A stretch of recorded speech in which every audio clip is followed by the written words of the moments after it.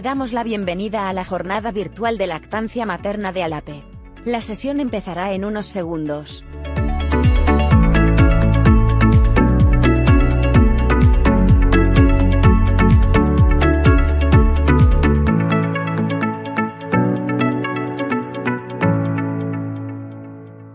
Y continuando con nuestra jornada, vamos a tener ahora la exposición del doctor José María Paricio Talayero.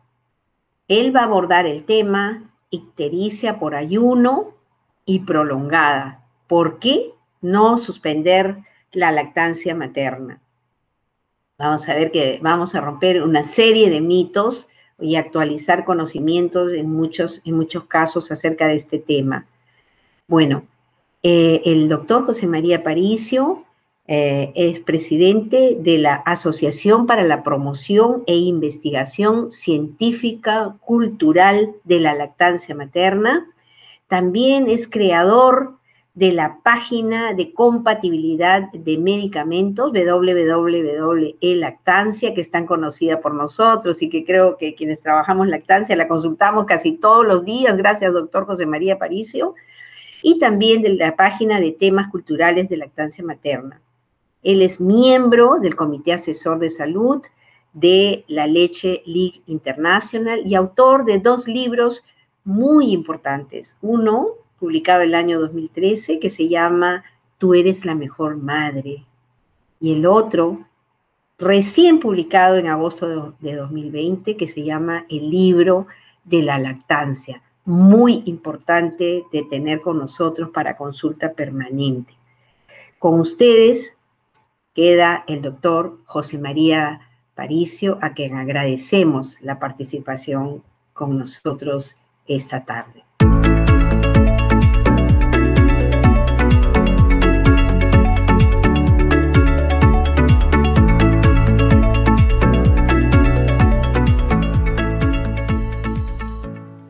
Bien, hola, muy buenas. Soy José María Paricio Talayero, pediatra en España. Agradezco muchísimo a la Asociación Latinoamericana de Pediatría el permitirme compartir conocimientos con todos ustedes.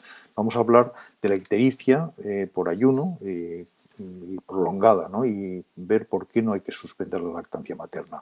Es bastante tremendo que tengamos que seguir hablando de ictericia cuando hablamos de lactancia materna, y ello es porque es la primera causa de ingreso neonatal la ictericia. Es una causa de intervención médica agresiva y se ha acusado a la lactancia materna de provocar ictericia. De hecho, se hablaba de ictericia por lactancia materna. Vean que aquí lo hemos evitado, hemos dicho ictericia por ayuno, porque en realidad las ictericias serían en realidad por falta de lactancia materna. Y es que el manejo erróneo de la ictericia conlleva un aumento del gasto sanitario, riesgos para el recién nacido, mucha ansiedad materna y la supresión temporal de la lactancia materna.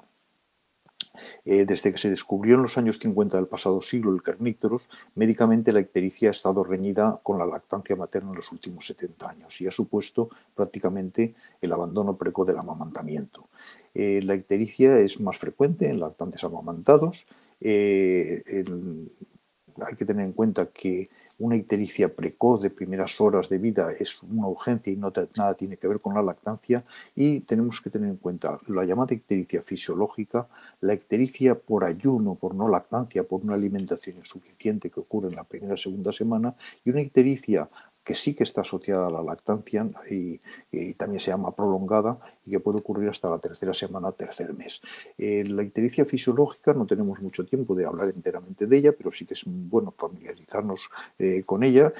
Sabemos que los niveles de bilirrubina nunca suben mucho más allá de los 12 miligramos por decilitro y la podemos apreciar a partir de los 5 miligramos por decilitro. Esta ictericia fisiológica es muy frecuente, más de la mitad de los recién nacidos a término la tienen, los 80% de prematuros.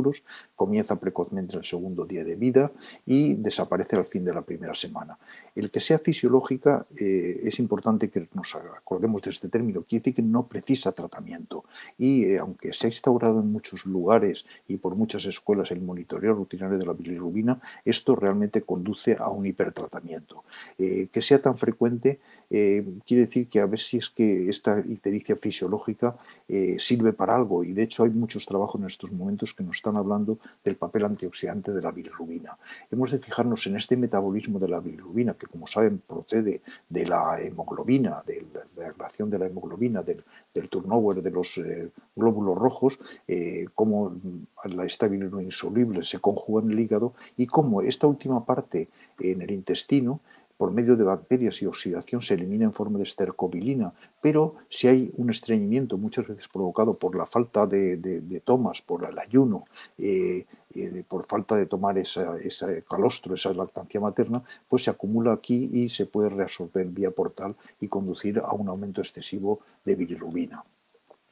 Las ictericias patológicas que hemos descrito, sería la primera está por ayuno, por lactancia materna insuficiente. Desde luego hay que diferenciarla de otras entidades que son graves y que son fácilmente reconocibles por los pediatras. Los factores de riesgo en la madre son diabetes, obesidad, incompatibilidad, historia familiar de ictericia, cesárea, primíparas, y los factores de riesgo del recién nacido pues también de prematuros, no llegar al término, la incompatibilidad, la definición de glucosa 6-fosfato deshidrogenasa, un cefalohematoma importante, un sangrado, y el tema étnico, el origen asiático, posiblemente por una base genética. Es la clínica que tiene, es una ictericia que empieza al segundo o tercer día de vida, de progresión craneocaudal, hay decaimiento, apatía, el bebé no está alimentándose y esa apatía conduce a menos alimentación, con lo que se pierde peso y hay signos de deshidratación. ¿Cómo podemos prevenirla? Pues bueno, pues un inicio temprano de la lactancia materna es fundamental. La primera hora no es baladí que insistamos en esa primera hora. Y en cesáreas, con el aumento excesivo de cesáreas que hay en estos momentos, todavía es más importante que los bebés tomen lactancia dentro de la primera hora. Unas tomas frecuentes, asegurar un mínimo de 8 tomas en los primeros días, no aportar otros líquidos, es lactancia materna exclusiva, contacto piel con piel precoz y continuo es la mejor manera de aumentar la producción de leche y materna, y una técnica correcta, por supuesto, posición y enganche bien para que la producción sea buena y la madre esté cómoda. Atender bien a las señales precoces de hambre del bebé, no estar esperando que se ponga a llorar, e identificar todos estos factores de riesgo que acabamos de describir. Hay trabajos clásicos que aseguran, que conocemos desde el año 90, cómo el aumento de tomas disminuye la frecuencia de hiperbilirrubinemia. Vean aquí, cuando el bebé toma menos de 2 tomas al día, cómo la frecuencia de hiperbilirrubinemia puede ser del 30%, y en cambio, conforme van aumentando el número de tomas, la frecuencia de hiperbilirrubinemia disminuye y cuando son más de 8 prácticamente desaparece. ¿Qué tratamientos se han empleado para tratar esta ictericia? Pues bueno, el primero que se averiguó que se descubrió fue la examinotransfusión, ese cambio de sangre, de varios volúmenes de sangre de los años 50 que se descubrió y que se empezó a emplear cuando la bilirrubina, cuando la bilirrubina era superior a 20 miligramos por decilitro. Posteriormente apareció, 10 años después, se descubrió que la fototerapia disminuía la cantidad de bilirrubina indirecta y se pusieron las bases de utilizarlo a partir de los 15 miligramos en un intento de no llegar a estos 20 que nos obligaban a los pediatras de la época a hacer examinotransfusiones. Era una operación tediosa, larga, muy pesada y muy peligrosa para los bebés. Y luego otros tratamientos que desde luego pues no se han empleado mucho, y se instauró desde luego por el ingreso, todo lo que estábamos haciendo, la hospitalización de la época, fue la norma, la suspensión temporal de la lactancia materna. Y este miedo que teníamos a la examinotransfusión hizo que utilizáramos un uso indiscriminado de fototerapia y un ingreso que lamentablemente aún persiste hoy día así. La fototerapia es la intervención médica más frecuente en los recién nacidos sanos, en sus diversas formas, y no está exenta de riesgo. Acorta la duración de la lactancia materna, dificulta la vinculación, crea ansiedad familiar y posteriormente eso se traduce por más visitas a urgencias. En el momento de intervención de actuación de la fototerapia provoca diarrea e inestabilidad térmica. El tratamiento dietético no hay que olvidarlo, es decir, estos bebés su causa principal es que están ingiriendo bebiendo insuficiente leche. Luego hay que hacer suplementos de leche. ¿Cuál será la primera opción? La leche propia de la madre extraída, que el bebé no está logrando sacar por lo que sea, ¿no? Leche de banco como segunda opción o una fórmula hidrolizada así. Bien, tenemos la primera opción, vean aquí algunas imágenes, la primera opción, leche materna extraída. En estos momentos tan precoces de la vida no conviene crear confusiones tetina, pezón, y es bueno administrar la leche extraída o la leche que sea, pues con otras técnicas como puede ser con vasito, con cuchara, con jeringa, con sonda a dedo, y bueno, de estas maneras vean algunos ejemplos de sonda a dedo, cómo se puede hacer, y sonda a pecho directamente, o los llamados relactadores, que pueden ser muy caseros como este, realizado, pero muy eficaces, o estos relactadores más comerciales, o de nuevo una especie de relactación.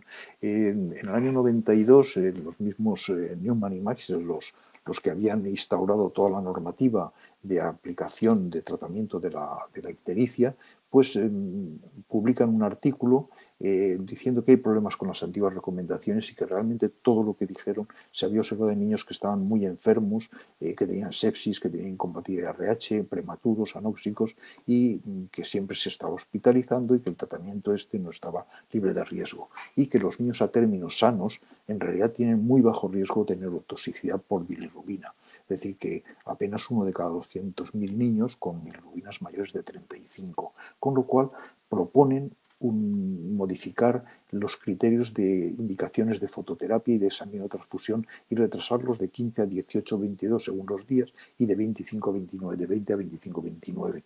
Esto, con estas nuevas normas, que fueron muy discutidas en su época, pero que han sido finalmente aceptadas, se produce una disminución drástica de controles e ingresos por ictericia. Estas son las últimas normas publicadas, realmente las últimas guías publicadas, que datan ya de 2004, de indicaciones para fototerapia y de indicaciones para examinotransfusión, que son bien conocidas de ustedes y que están en Pediatris en 2004.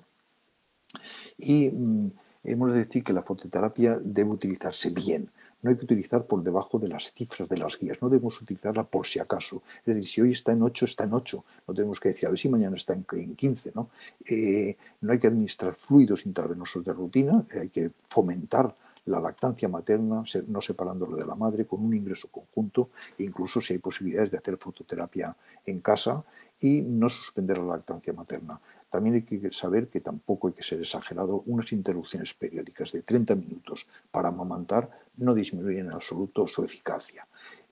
Hay que hacer contacto precoz, tomas frecuentes, validar las tomas, exploración al alta y un seguimiento postnatal para este tipo de ictericia. Vamos a pasar finalmente, ya para acabar, al otro tipo de ictericia, que este sí que se relaciona con la lactancia materna. Es la llamada la ictericia prolongada o ictericia por lactancia materna. Son niños amamantados que tienen aumento de la bilirrubina indirecta hasta la segunda, cuarta o incluso hasta los 3 meses de vida. Se ha indagado el porqué de esto, ¿no? Y la causa no está clara todavía hoy día. Hay múltiples datos que se han averiguado, como que a veces las madres tienen en su leche exceso de alguna enzima, de prenandiol, de ácidos grasos de cadena larga, de citoquinas, o que a lo mejor hay menos capacidad antioxidante o de factor de crecimiento, o determinadas bifidobacterias incluso se han echado en falta en estos casos, ¿no? O se ha atribuido también a un exceso de reabsorción intestinal de bilirrubina indirecta. Pero, como les digo, no está claro en absoluto. Lo cierto es que estas observaciones, que eran antes más frecuentes que actualmente, se hicieron en niños con lactancia materna de inicio no precoz y con horarios rígidos. Parece ser que inicio precoz y horario a demanda, con la libre demanda, con mucha frecuencia, disminuyen también este tipo de ictericia prolongada, ¿no? Y en aquel momento la práctica de manejo habitual consistió en suspender temporalmente la lactancia materna, y funcionaba, los niños se blanqueaban, ¿no? En realidad, vean aquí un poco las diferencias entre la ictericia por ayuno de baja ingesta y por leche materna, mientras que estos niños son niños que pierden peso, que apenas hacen deposiciones con poca orina y de colores conuratos, y que realmente están haciendo pocas tomas. Estos niños son niños sanísimos, que ganan bien peso y que comen muy bien, y bueno, que hacen también, orinan muy bien, ¿no? El diagnóstico diferencial de esta ictericia prolongada, desde luego hay que hacerlo con entidades que pueden ser mucho peor, pero que evidentemente son fáciles desde el punto de la pediatría para diagnosticar. Y estos lactantes está claro que no tienen una enfermedad, no sufren kernícteros y curan espontáneamente. Por ello, no es preciso en absoluto retirar la lactancia materna para solucionar una ictericia llamada por lactancia materna o prolongada, ¿no? La alternativa se puede o no hacer nada tranquilizando a la familia, o si no se puede, o estamos todos muy nerviosos, especialmente con cifras superiores a 20 miligramos, pero vean que esto no va a ser al segundo o tercer día de vida, sino que son niños mucho más mayores y cuando en ese momento la barrera hematoencefálica está mucho más cerrada. Se puede proponer un ingreso corto de madre y niño para fototerapia doble y lactancia materna, mejorar la técnica de lactancia materna a demanda y frecuente. Y bueno, pues les dejo aquí con este niño que hemos visto tan amarillo. En el fondo de las diapositivas en realidad no estaba tan amarillo. Y muchísimas gracias y quedo a su disposición para cuantas preguntas quieran o comentarios que quieran hacerme. Muchas gracias por su atención.